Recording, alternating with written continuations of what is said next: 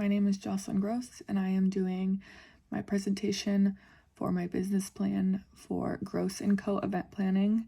I wasn't sure how to get this to be my background and do the whole green screen thing, so this will have to do.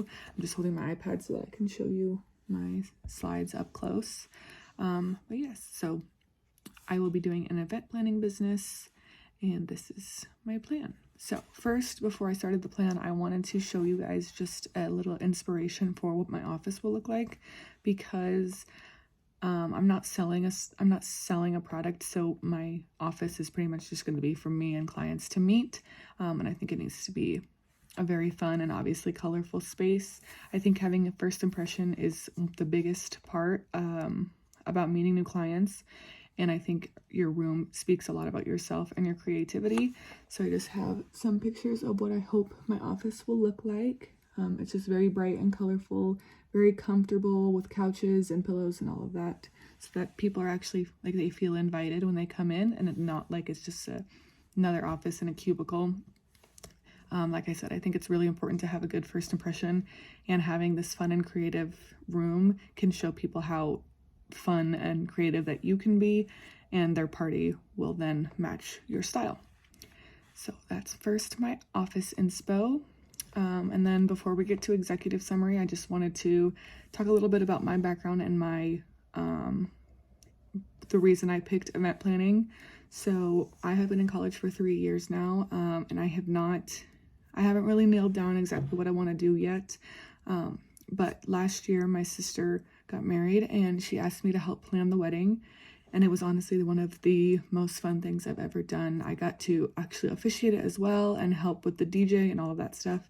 And after the wedding was over, I realized how much I actually enjoyed planning it with her and helping with all the small details.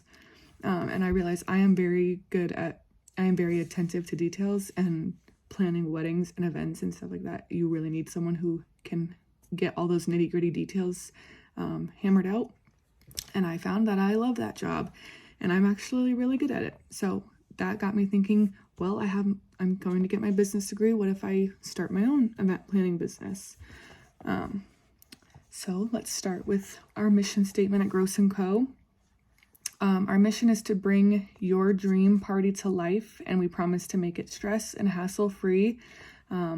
I will be giving everyone a customizable package so that they can choose if they're just doing a event for their company, a Christmas party. You can do birthday parties, weddings, obviously. I want to make each package customizable so that not everyone's paying a flat rate and it doesn't make sense for their party.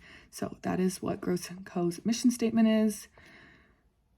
And then I did a SWOT analysis for this business, and I noticed that the strengths were social media, because social media is very popular right now. It's a great way for people to get to know your company, websites, things like that. Having a good social skills is also very helpful, because if you know how to talk to people and you know how to communicate effectively and efficiently, and that can get you a huge advantage in this business. And also vendor knowledge. So that means like knowing photographers, videographers, caterers, things like that can also give you a big advantage in this field. Some weaknesses can be poor location, which is very unfortunate for us. I live in Rapid City. It's not very big. Not a lot of people are hosting big events, like maybe Los Angeles would, or bigger cities like that. So that can be a weakness in event planning. Also a small budget. Like I said, this is a smaller town. Not a lot of people here are making millions to afford events and weddings bigger than, that they need an event planner, which is unfortunate. But and a lack of context. So it kind of goes with the vendor knowledge. If you don't really know anyone, you're not able to get out into the community and meet people, that will hinder your business. Some opportunities can be, sorry, I can't read it. Increasing website traffic, so that goes along with the social media. Making sure you're constantly updating your website really helps people when they click your website, make sure they know exactly what's going on. If there's any specific events you're having or anything like that, that should all be on your website. So keeping up with any social media stuff is very important, and it allows you to contact your clients or future clients without doing it like just texting them. It's a great way to do a mass text. And lastly, the threats. So one threat I will talk about later on in this presentation is competition is a big one. Having competitors. Obviously there's other event planning businesses in Rapid City. That can be a struggle. So we'll go next to management team. So as this is a brand new business, I will be the only employee for the foreseeable future until the company gets big enough. I would love to have maybe a social media coordinator or like a day of coordinator who can help with the day of events. Like that type of person would help me a lot, or someone who can constantly update website, like I said, or, do the advertising. That would be great help. But for now, it'll all be on me, which is great because I love doing that stuff.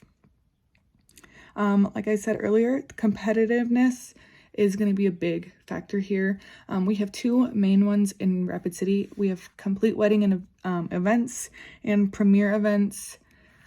Complete Wedding and Events are a very great company. They have a lot of good stuff.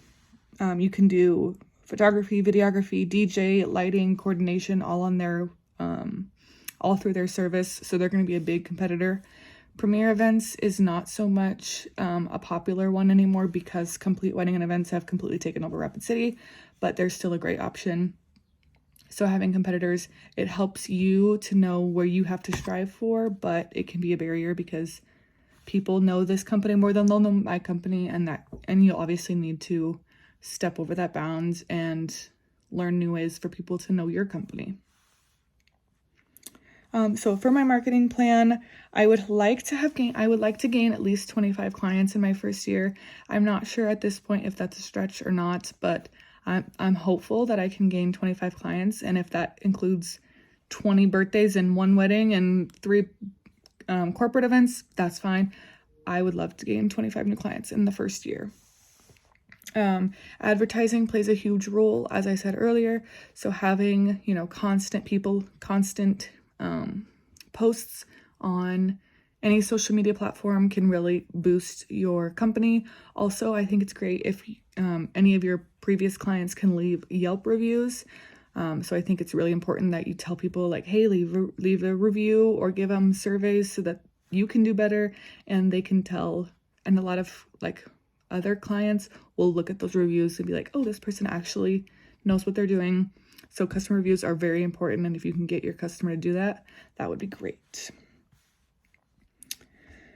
Also, pricing is a big factor, so you want to make sure you have the correct pricing for every product. As I said, I'll do customizable packages, so you're paying on for what you're getting, and not you're paying a flat rate and you get whatever that flat rate covers. Everyone will get their own customized package so that it benefits you and your party. My operation plan. First, I would like to set up all of my social media because that's, I feel like, the first place you have to start. Setting up a website, setting up any social media platforms I can get onto, being Instagram, Facebook, those things. And then I would also like to get the correct licensing plus my office space. I will probably just need a small little office to rent, so I will need to get those before I obviously start getting clients so that we have a place to meet and I have a place just to do all the stuff I need to do. Here is my balance sheet. It's going to be really hard to read, but I have year 1, my total balance is 102,000. Year 3 is 93,000, and then year 5 is 80,000. I'll just show you that again.